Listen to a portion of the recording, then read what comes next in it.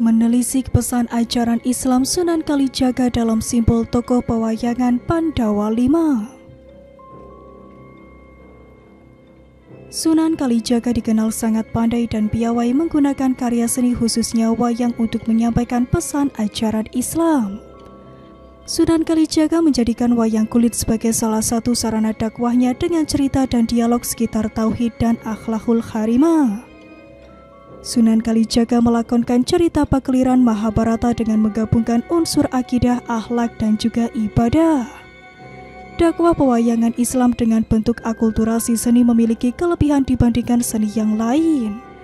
Terbukti ajaran Islam melalui wayang bisa diterima oleh masyarakat dan dengan cepat berkembang.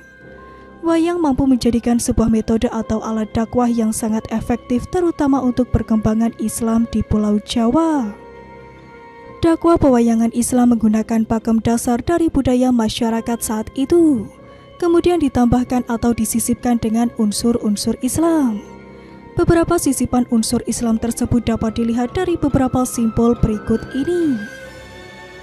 Yang pertama, kalimat syahadat dipersonifikasikan pada tokoh Puntadewa sebagai seorang saudara yang lebih tua dari Pandawa. Kalimat syahadat menjadi rukun Islam yang pertama. Pada sebuah cerita pewayangan, Puntadewa sebagai raja memposisikan syahadat sebagai raja rukun Islam, memiliki sifat kewibawaan dan sikap yang berbudi luhur. Sosok raja merupakan seorang yang bijaksana, selalu adil, baik itu dalam hal ucapan maupun perbuatan, merupakan bentuk sebagai kalimat syahadat yang mengilhami keadilan dan kearifan. Puntadewa juga memimpin dari 4 saudaranya dengan suka dan dukanya, tentunya dengan kasih sayang. Begitu pula dengan kalimat syahadat yang merupakan raja dari rukun Islam yang lain. Karena jika seorang mengerjakan rukun Islam kedua hingga kelima, namun jika tidak mengerjakan rukun Islam yang pertama, amalannya akan percuma.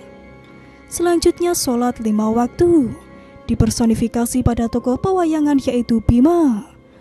Pada kisah pagelaran wayang, tokoh ini sangat terkenal sebagai sosok penegak dari Pandawa.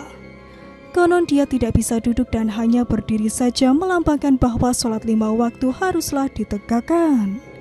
Bagi Bima, agama Islam dan sholat merupakan tiang agama.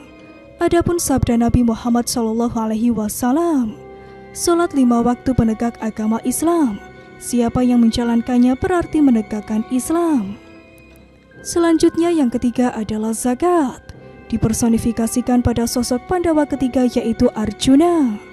Pada nama Arjuna diambillah kata Jun yang memiliki arti jambangan, wadah menurut bahasa Sanskerta. Memiliki simbol kesucian jiwa, kejernihan yang mampu terpancar pada dirinya. Juga merupakan sosok pecinta seni dan keindahan.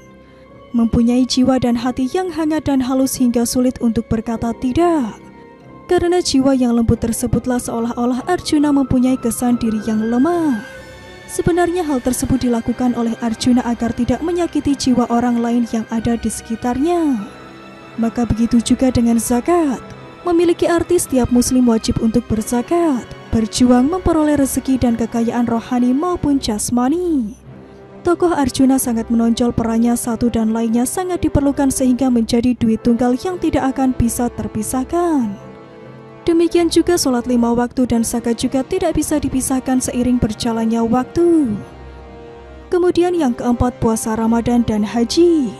Dipersonifikasikan kepada tokoh kembar yaitu Nakula dan Sadewa. Para tokoh ini ada dan muncul pada saat bagian tertentu saja. Begitu juga dengan puasa Ramadan dan haji yang tidak setiap hari dilakukan oleh umat Islam. Puasa Ramadan dan haji ada pada bulan tertentu, berbeda dengan 3 rukun Islam yang sebelumnya. Demikianlah pesan ajaran Islam Sunan Kalijaga dalam simbol tokoh pewayangan Pandawa V.